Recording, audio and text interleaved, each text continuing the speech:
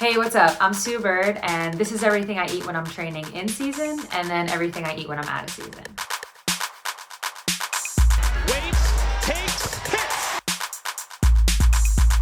Sue for three of the tie!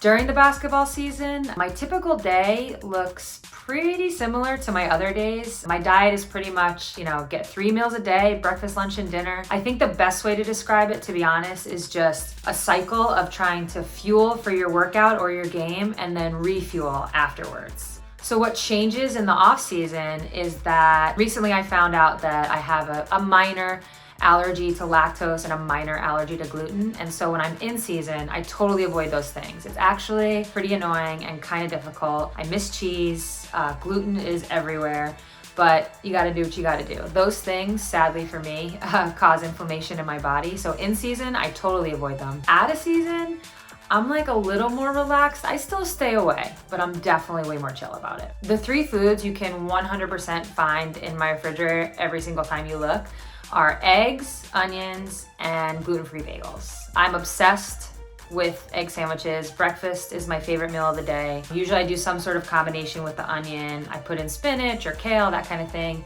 Make it with the eggs, put it on the sandwich, voila. So I think the foods that slow you down are just ones that don't agree with your body. And like I said, through trial and error, I've been able to find out what works for me. I did take a blood test to find out about that whole gluten lactose allergy, but for the most part, I just try to stick to what I know works. And again, it was mostly through trial and error. Everything's different for everyone, but I think most importantly, I just try to stick to what I know is gonna work.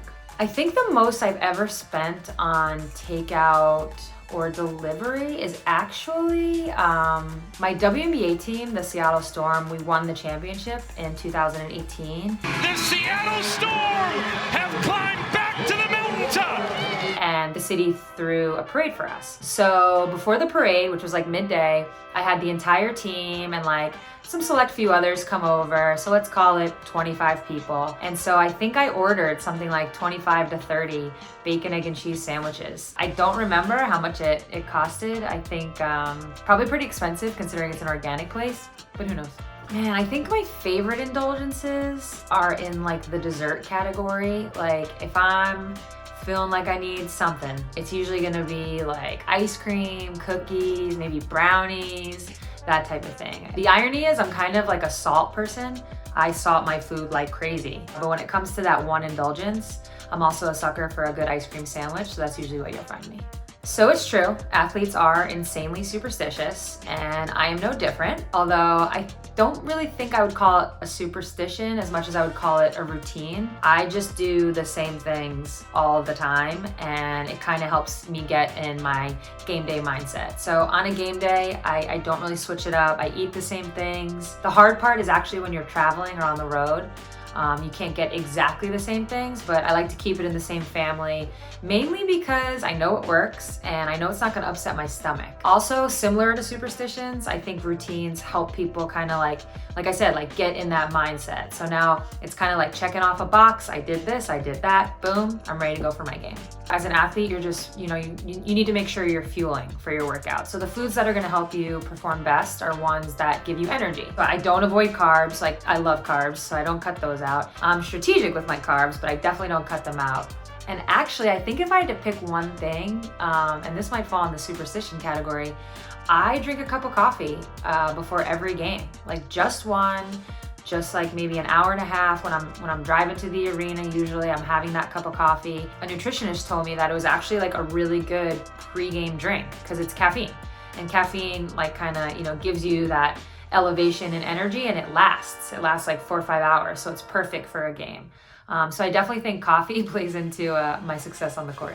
I actually don't think I have any super weird or super unique food habits. I'm sure other people would disagree, but I think they're totally normal. But I do subscribe to the whole 80-20 mentality, which is basically whatever you're doing, do it to the max 80% of the time. But then the other 20%, I like to, indulge, like I said, or get a cheat meal, that kind of thing. So I do think the 80-20, it's not weird to me, but it's usually how I eat. But there is one, energy drink that I do take. Energy drink's actually not the best way to describe it. It's a drink, and it's a carbohydrate drink, and it's called Vitargo. It's a fast-acting carb, and you digest it like super fast. So you drink it 30, 45 minutes before you need to go work out or you have a game. It goes through your body super quick, and now you have all this extra energy all from the carbs to help you. Man, the food that I wish I could eat all the time, guilt-free, legit, I could have it every night, is pasta.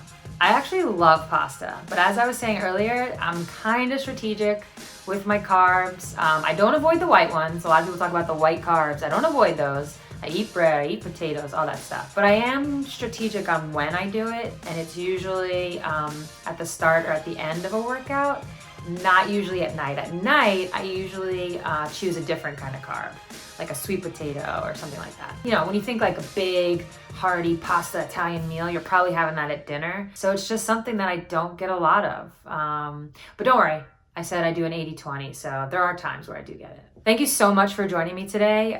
Since we're on the topic of food, no better time to let you know about something that I have partnered with.